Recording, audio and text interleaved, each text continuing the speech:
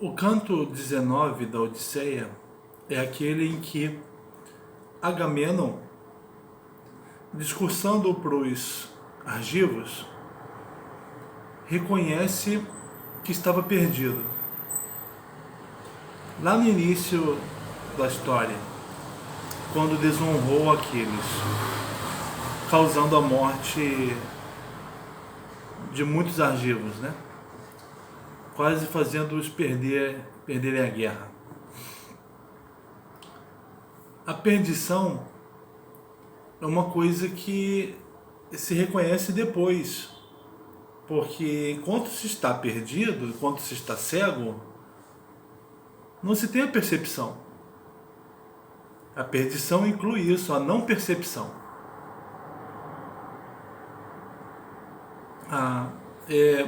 Então, só depois de ter passado pela experiência da arte, é que ele reconhece. Então ele diz, me perdi. O homem nunca diz, estou perdido.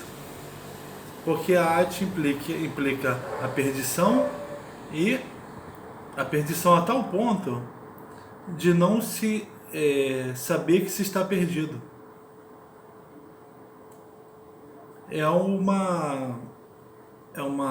Isso aparece no Sócrates, quando ele diz, depois ele investiga o oráculo de Delfos, né, que o amigo dele, o Querofonte, obteve e falou para ele, dizendo que o Sócrates era o mais sábio dos atenienses. Sócrates foi investigar, conversando com seus concidadãos sobre as questões morais, das quais eles se diziam sabedores, e esses interlocutores acabavam ficando demonstrado na conversa com Sócrates que esses homens não sabiam do que eles estavam falando, mas eles acreditavam que sabiam. O Sócrates então percebeu que ele também não sabia do que eles conversavam, mas ele sabia que ele não sabia, enquanto os seus interlocutores não sabiam que eles não sabiam. Então esse saber que não sabe, o Sócrates tinha. Então esse saber ele tinha a mais do que os outros. Então nesse sentido ele era o mais sábio dentre os homens. Sábio por saber que não sabe. Então, a arte é isso. É uma cegueira por não se saber que não sabe. É a ignorância de que se é ignorante. Então, no seu discurso para os argivos, o Agamenon ele vai reconhecer que estava perdido, e ele vai falar o seguinte, né? Olha o discurso.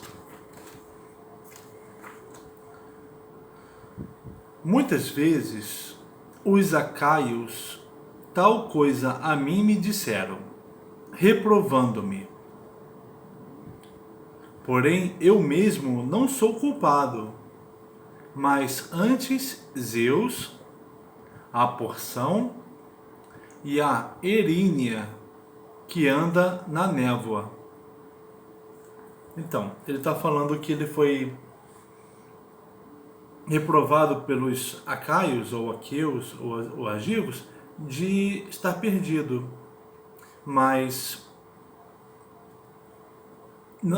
ele não é culpado por ter estado perdido, por ter estado sob o domínio da Ate. Mas Zeus, a porção, que é a Moira, e a Erínia são os culpados por ele ter estado sob o domínio da Ate. Erínia, que anda na névoa, que me lançaram na ágora a selvagem perdição, a Ate. Naquele dia em que eu próprio roubei de Aquiles seu prêmio. Ele está falando então que Zeus, a porção e Erínia lançaram sobre ele a selvagem perdição, a Ate. A responsabilidade, então, por ter estado perdido, por ter agido errado, ter feito o errado, Agamenon atribui a Zeus, a porção e a Erínia. O que eu podia fazer? É o Deus que tudo realiza. Está falando que Zeus é quem realiza tudo. Velha filha de Zeus é perdição, que a todos perde, destruidora. Ate é uma velha filha de Zeus, que a todos perde. Seus pés, os da Ate, são macios, pois não se aproximam do chão. Caminha por sobre as cabeças dos varões a prejudicar os homens, e assim amarra um e outro. A Ate, ela caminha suavemente sobre as cabeças, prejudicando os homens, amarrando. Estar sob o efeito da Ate é estar amarrado, estar enredado, aprisionado, uma situação sem saída.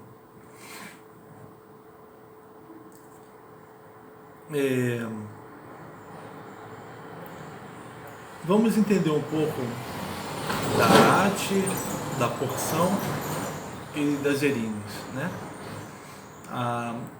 A Moira, a porção, ela tem uma dupla linhagem, né? Ela é filha de Zeus, com a Temis, que é a Norma, e a Moira também é filha da noite.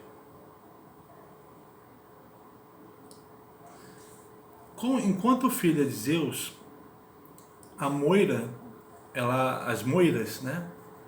Elas são aquelas que, ou porções, são aquelas que estabelecem os lotes, aquelas que estabelecem o que é de cada um, o que é de cada homem, né? Elas são positivas.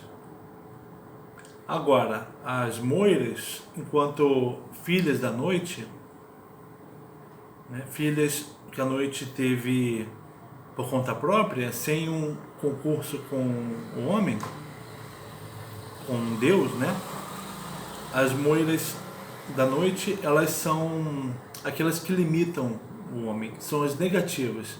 Elas dizem, a partir desse ponto, não. Elas dizem não mais para o homem. Então, as Moiras, filhas de Zeus, estabelecem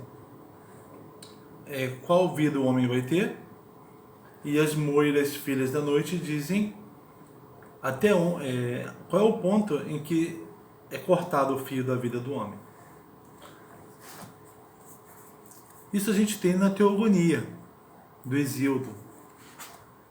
Olha só, se você tem uma seção que são os filhos da noite, que começa no verso 212, que diz assim: Noite pariu hediondo Lote, sorte negra e morte. Pariu sono e pariu a grei de sonhos. A seguir, escárnio e miséria cheia de dor. Com nenhum conúbio divina pariu-os noite trevosa, sem sexo. As Hespérides que vigiam além do ínclito oceano. Aí ele vai seguir. Belas maçãs de ouro e as árvores frutiferantes pariu. E as partes e as sortes que punem sem dó. Aí as partes são as Moiras. fiandeira, distributriz e inflexível, que aos mortais tão logo nascidos dão os haveres de bem e de mal. Elas perseguem transgressões de homens e deuses e jamais repousam as deusas da terrível cólera, até que deem com o olho maligno naquele que erra. Elas são garantidoras da justiça de Zeus. Quando os homens infringem a justiça de Zeus, cometem essas transgressões, elas se unem às Erines, né, e dão com o olho maligno nele. Essa então é a origem, uma das origens das partes da Moira. Aqui é a segunda origem, falando dos casamentos de Zeus, né? O primeiro casamento de Zeus foi com a Metis, o segundo foi com a Temis, que é a Norma. Então, no verso 901, diz assim: desposou Temis luzente, que gerou as horas, 3 horas, equidade, justiça e a paz viçosa, que cuidam dos campos dos perecíveis mortais. E as partes, a quem mais deu honra o sábio Deus. 3. Fiandeira, distributriz e inflexível, que atribuem aos homens mortais os haveres de bem e de mal. Então, as partes, a Moira tem essa dupla linhagem. Elas foram uma das responsabilizadas por Agamenon pela perdição dele, pela arte que o enredou. Tem uma complementaridade, então, entre as duas linhagens. A Moira tendo duas linhagens, você pode dizer: mas como que ela pode ter o homem ele pode ter os bens e os males distribuídos pela Moira, filha de Zeus, e os bens e os males distribuídos pela Moira, filha da noite.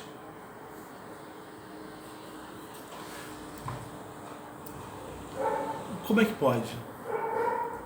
É uma complementaridade aí. As partes que são filhas de Zeus atribuem o destino de cada um, de cada homem. Qual vida ele terá? O que cabe ele fazer durante a vida dele. Já as filhas da noite, as Moiras filhas da noite, elas perseguem aqueles que desrespeitam a justiça de Zeus. Então, elas são cumpridoras dos desígnios de Zeus. Elas perseguem aqueles que punem, que infringem as regras e fazem esses homens voltarem com a punição, fazendo eles voltarem à ordem.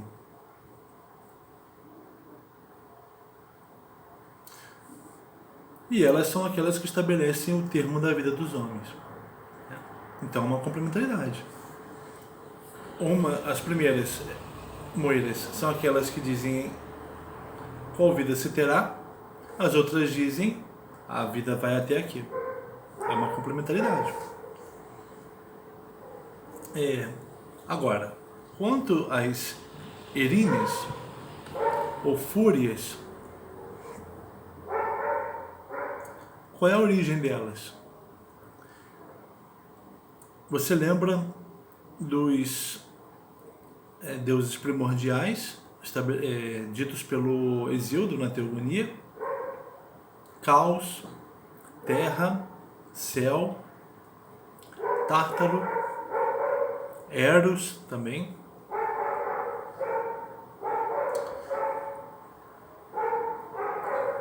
Céu e terra, eles foram o primeiro casal que existiu, e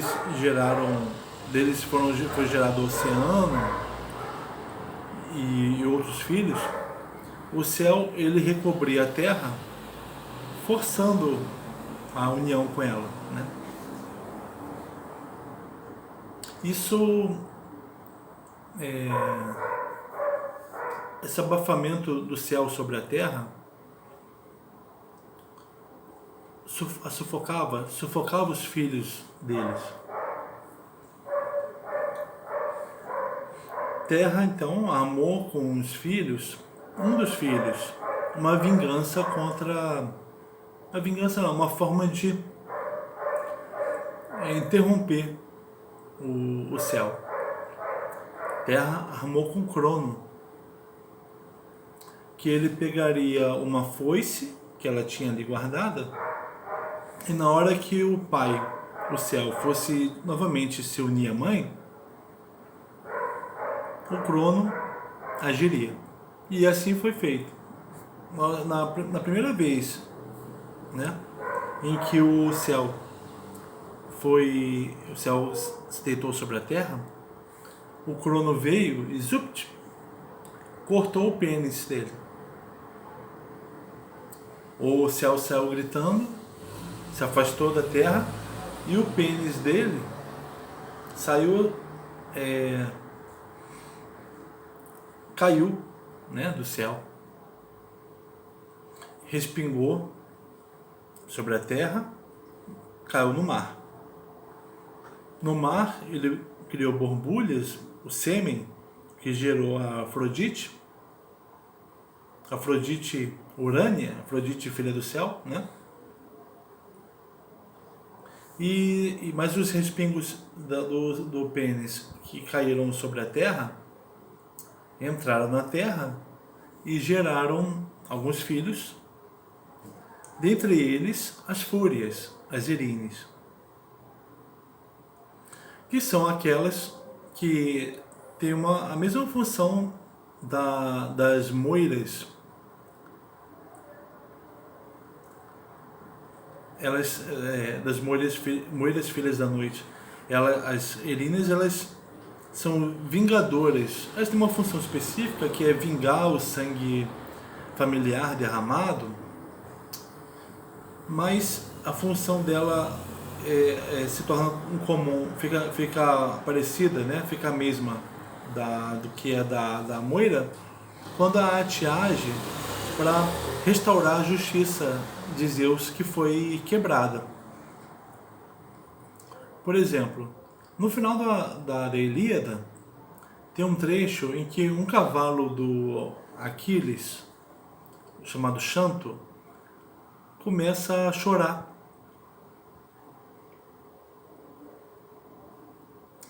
A Ate agiu, o cavalo chora e fala também. A Ate age fazendo o cavalo parar de chorar e parar de falar. Porque aos animais não cabe falar, nem chorar.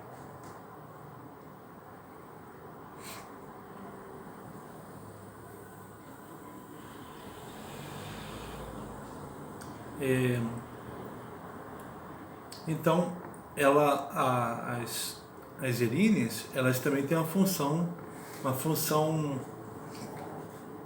complementar de Zeus, né? Assim como as moiras têm uma função complementar de Zeus. Toda a ação, todas as competências das divindades que compõem um todo, elas são partes do trabalho de Zeus.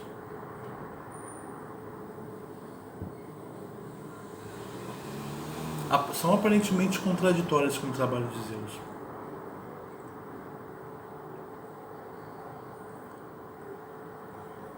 Já falei, então, da Moira,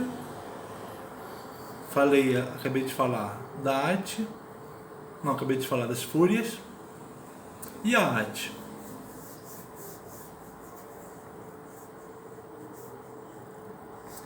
Sobre a Ate, tem um trecho aqui que eu gostaria de ler. Teve uma situação que aparece também na Ilíada, envolvendo Zeus e Hera, em que Zeus foi tomado pela Ate. Que a Hera lançou a Ate sobre Zeus. A Hera lançou a perdição, a cegueira sobre Zeus. Foi no seguinte: Zeus, ele estava esperando um filho que ele fez com uma mortal chamada Alcmena. Um garoto que se chamaria Heracles. Zeus, ele tinha dito, ele tinha jurado que esse Heracles, ele seria soberano entre os argivos.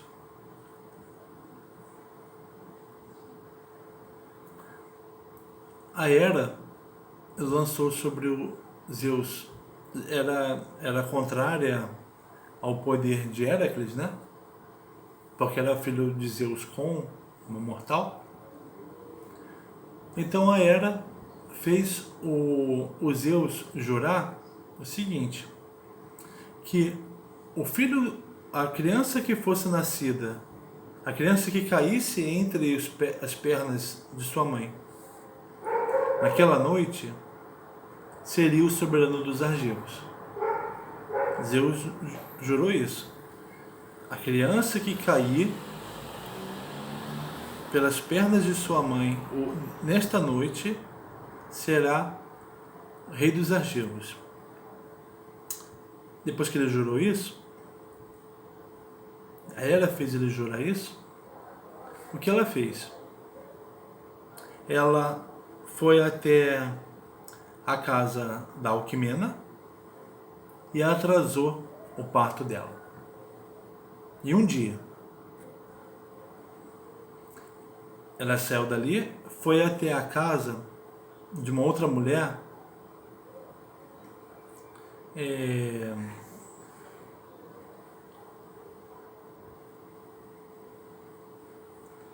que teria um filho naquela noite, um filho chamado Euríale, e ela adiantou aquele nascimento. Fez o Euríale nascer, seu primeiro filho a nascer antes do Heracles. E aí ele acabou se tornando o rei dos argivos, e não o Heracles. Olha o que a trama, a maquinação da Hera, para que o Heracles não tivesse o poder, e sim um garoto qualquer. Zeus então percebeu a maquinação de Hera, que a Hera jogou a Ate nele, né? Aí olha o que ele vai falar.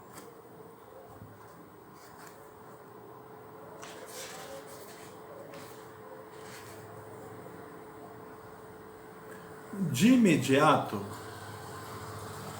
pelas lisas tranças, aí ele pegou a perdição, pegou a Ate, né? De imediato, pelas lisas tranças, pegou perdição, encolerizado. Está no canto 19 também. E fez poderoso juramento de que jamais para o Olimpo e para o céu estrelado ela tornaria a vir. A Ate, ela habitava o Olimpo e ela tomava conta, e ela de vez em quando causava a perdição dos deuses.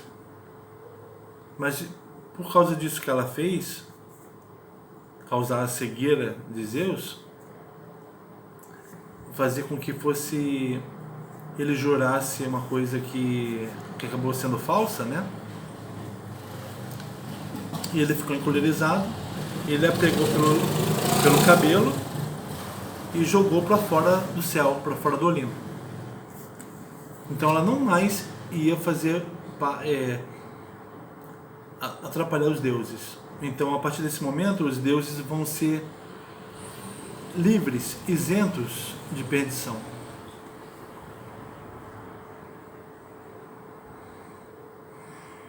Perdição que a todos perde. Assim disse, e arremessou-a então do céu estrelado, girando-a com a mão, e ela chegou logo à lida humana. Ele jogou a haste entre os mortais.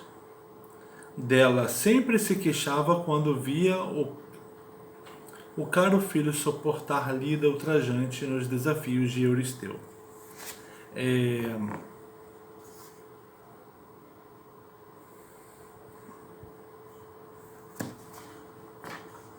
Então, qual é a origem? Por que os homens erram? Errar é humano. Por que é da natureza humana errar? Esse mito explica. Porque, uma vez, Zeus, encolerizado por ter sido enganado pela Hera, pegou o próprio engano e jogou ele fora para longe do convívio com os deuses. Jogou para o meio dos mortais, fazendo com que então eles passassem a se enganar. Então é por isso que os homens se enganam.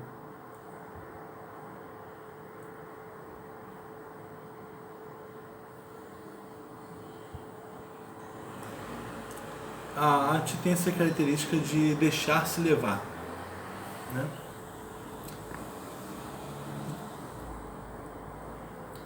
Por exemplo, na história dos titãs, são filhos de Urano, Prometeu e Epimeteu.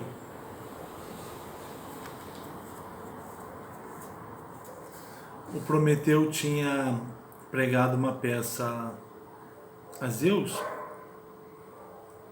e ele sabia que Zeus ia lançar uma punição.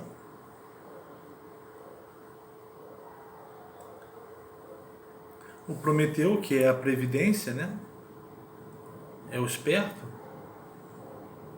Ele não foi esperto bastante nessa situação, porque ele precisou se ausentar e deixou o irmão dele tomando conta de casa, o Epimeteu, que é o lento. É o anti-esperto. Epimeteu ficou em casa. Aí chegou Hermes com um presente dos deuses para os homens.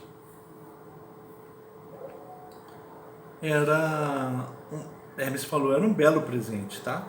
Feito pelos deuses. O Epimeteu adorou, né? Falou, claro. Ele aceitou o presente, ele recebeu o presente. Ele não deveria ter recebido o presente. O irmão dele falou, não receba nenhum presente. O Epimeteu recebeu o presente. Aí o Epimeteu abriu o presente, era uma mulher, uma linda mulher. Era Pandora, a primeira mulher. E por que não era para ele ter recebido a Pandora?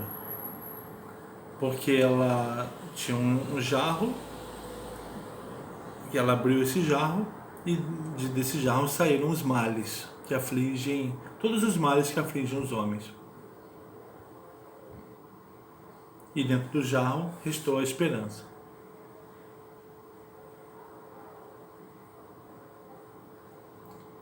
Prometeu voltou para casa, viu a besteira que Epimeteu fez, né? E ficou desesperado, mas já era tarde demais. O Epimeteu, ele é aquele que se deixou levar pelos deuses, né?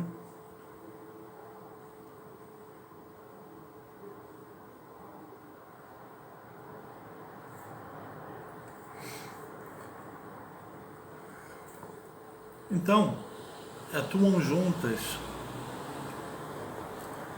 a perdição, a moira e as fúrias. Ou melhor dizendo, a moira e as fúrias elas atuam causando a perdição do homem. Elas atuam para realizar um destino funesto, no caso da moira, e uma punição por um mal feito, no caso das flores. Cumprir um destino funesto, ser punido como?